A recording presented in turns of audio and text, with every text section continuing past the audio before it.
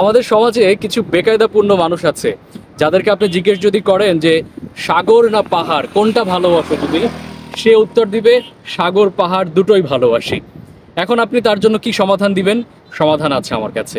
আমার ঠিক বাম পাশে দেখতে পাচ্ছেন সাগর, যেখানে হচ্ছে ঢেউয়ের গর্জন, যেটিকে সে ভালোবাসে, এবং নীল আকাশ, তার নিচে অথই সাগর এবং উপরে নীল আকাশ, অবারিত নীল আকাশ।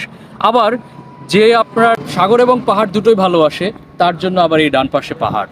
অর্থাৎ একই সাথে আপনি সাগর এবং পাহাড় দুটোই পাচ্ছেন। এই বেকায়দাপূর্ণ মানুষের জন্যই হচ্ছে এই সমাধান। এবং আমাকে যদি জিজ্ঞেস করেন আমি কোনটা ভালোবাসি, আমি এই বেকায়দাপূর্ণ মানুষের পক্ষে।